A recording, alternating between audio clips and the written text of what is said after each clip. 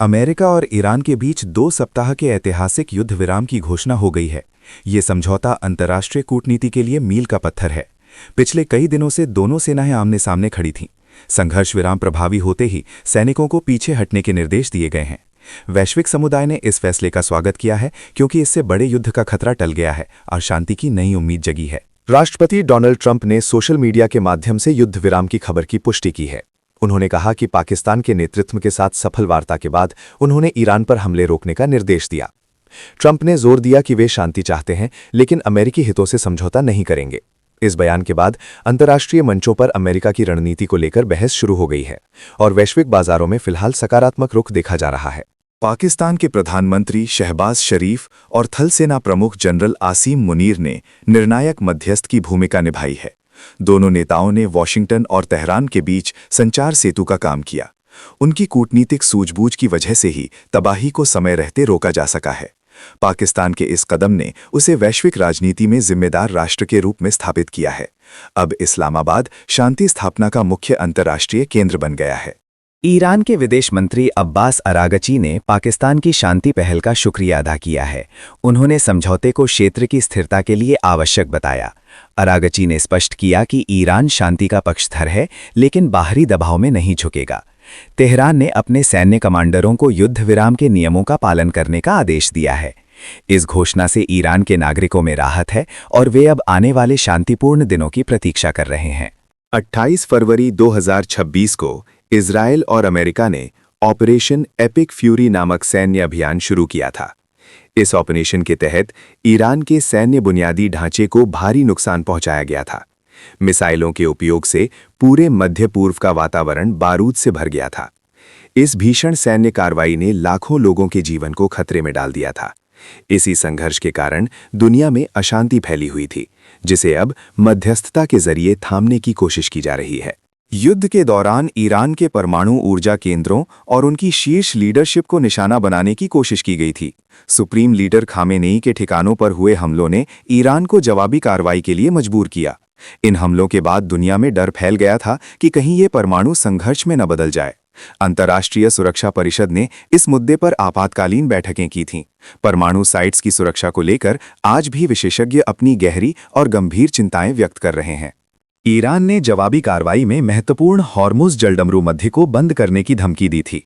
इस कदम के कारण विश्व बाजार में कच्चे तेल की कीमतें $100 प्रति बैरल के पार चली गईं। परिणाम स्वरूप दुनिया भर में परिवहन लागत बढ़ गई और वस्तुओं के दाम आसमान छूने लगे। कई देशों में ऊर्जा की भारी किल्लत हो गई, जिससे औद्योगिक उत्पादन भी प्रभावित हुआ। ये एक वैश्विक आर्थिक आपातकाल जैसी स्थिति थी, जिसे अब सुलझाने की दिशा में ठोस कदम बढ़ाए गए हैं। अब सबकी नजरें 10 अप्रैल को होने वाली इस्लामाबाद शिखर वार्ता पर टिकी हैं, जहां ईरानी और अमेरिकी प्रतिनिधिमंडल आमने सामने बैठेंगे। इस बैठक के लिए पाकिस्तान की राजधानी में सुरक्षा के अभूतपूर्व इंतजाम किए गए हैं। वैश्विक मीडिया इस बैठक को कवर करने के लिए वहां पहुंच चुका है।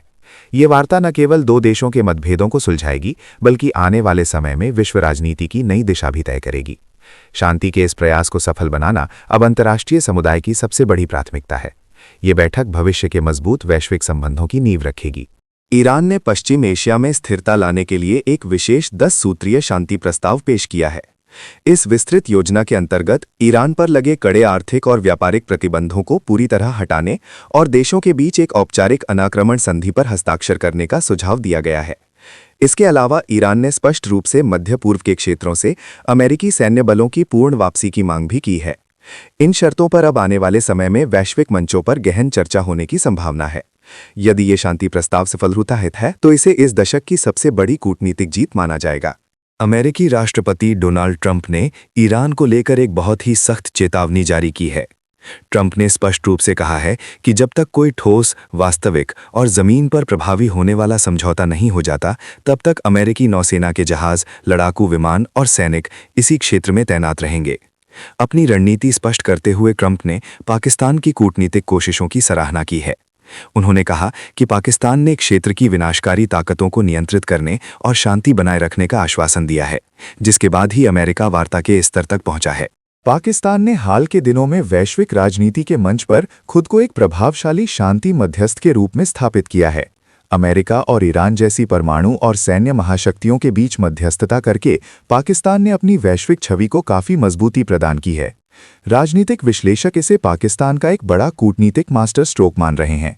भारत के पड़ोसी देश द्वारा सुपर पावर्स के बीच शांति दलाल की भूमिका निभाना दक्षिण एशिया की राजनीति में भी बड़े बदलावों का संकेत है। हालांकि वैश्विक समुदाय अभी भी इस बात पर नजर रखे हुए है कि क्या ये शांति समझौता वास्तव में लंबे समय तक टिक पाएगा। ईरान के इस्लामिक रेवोल्यूशनरी गार्ड कॉर्प्स यानी IRGC ने इजराइल को लेकर बहुत ही आक्रामक रुख अपनाया है। उन्होंने अंतर्राष्ट्रीय मंच से चेतावनी दी है कि यदि इजरायली सेना ने लेबनान के रिहायशी इलाकों और अन्य ठिकानों पर बमबारी नहीं रोकी तो ईरान की तरफ से मिसाइल हमले और अन्य सैन्य कार्रवाइयां लगातार जारी रहेंगी। इस बयान के बाद पूरे क्षेत्र में एक बार फिर से बड़े युद्ध का खतरा मंडराने लगा है। सुरक्षा विशेषज्ञों का कहना है कि जब तक लेबनान सीमा पर तनाव कम नहीं होता तब तक ईरान और इजराइल के बीच शांति की उम्मीद करना व्यर्थ होगा। विश्व अर्थव्यवस्था की धड़कन माना जाने वाला हॉर्मुज़ जलडमरू मध्य एक बार फिर से गंभीर संकट के केंद्र में है। हालांकि ईरान ने शुरुआत में इस जलमार्ग को सुरक्षित और तुरंत खोलने की बात कही थी, लेकिन आज सुबह आई नई रिपोर्टों के अनुसार ईरान ने कुछ वैकल्पिक मार्गों की घोषणा की है। ईरान ने स्पष्ट चेतावनी दी है कि जो भी जहाज उनकी अनुमति के बिना यहां से गुजरेगा उस पर सीधी सैन्य कार्रवाई की जाएगी। इस अनिश्चितता और तनाव के कारण वैश्विक व्यापारिक जहाज़ों का आवागमन बाधित हो गया है, जिससे दुनिया भर की सप्लाई चेन पर बुरा असर पड़ने की आशंका है। अंतर्राष्ट्रीय बाजार में कच्चे तेल की कीमतों में जबरदस्त उतार चढ़ाव का दौर जारी है। हालिया तनाव के चलते तेल की कीमतें एक समय पर $110 प्रति बैरल के उच्च स्तर को पार कर गई थीं। यद्यपि अब कीमतों में मामूली गिरावट आई है, परंतु बाजार में अस्थिरता अभी भी बनी हुई है। भारत दुनिया का तीसरा सबसे बड़ा तेल आयातक देश है और हमारी अर्थव्यवस्था काफी हद तक विदेशी तेल पर निर्भर है। तेल की कीमतों में इस तरह की वृद्धि से भारत में माल ढुलाई और परिवहन की लागत बढ़ सकती है, जिससे महंगाई दर में इजाफा होने का खतरा बना हुआ है। भारत सरकार ने अपनी ऊर्जा सुरक्षा को पुख्ता करने के लिए कई स्मार्ट और रणनीतिक कदम उठाए हैं। रूस के साथ कच्चे तेल का आयात बढ़ाकर 1.9 मिलियन बैरल प्रतिदिन करने के बाद अब भारत ने 7 वर्षों के अंतराल के बाद ईरान से दोबारा तेल और गैस की खरीद शुरू कर दी है। वर्ष 2026 के लिए ब्रिक्स के अध्यक्ष के रूप में भारत का मुख्य ध्यान वैश्विक ऊर्जा सुरक्षा पर केंद्रित है।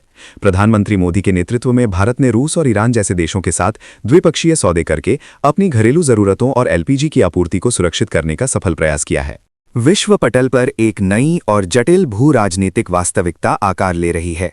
रूस, चीन और ईरान का एक नया शक्तिशाली गठबंधन उभर कर सामने आया है, जो पश्चिमी देशों के प्रभुत्व को सीधी चुनौती दे रहा है। प्रमुख अंतर्राष्ट्रीय पत्रिकाओं के अनुसार ये नया एक्सिस दुनिया के आर्थिक और सैन्य समीकरणों को मौलिक रूप से बदलने की क्षमता रखता है। ये गठबंधन न केवल सुरक्षा बल्कि व्यापार और ऊर्जा के वैश्विक मार्गों पर भी अपना प्रभाव बढ़ा रहा है। अमेरिका और उसके सहयोगियों के लिए ये नई धुरी एक बड़ी रणनीतिक चुनौती बनकर उभरी है, जो आने वाले दशकों की राजनीति तय करेगी।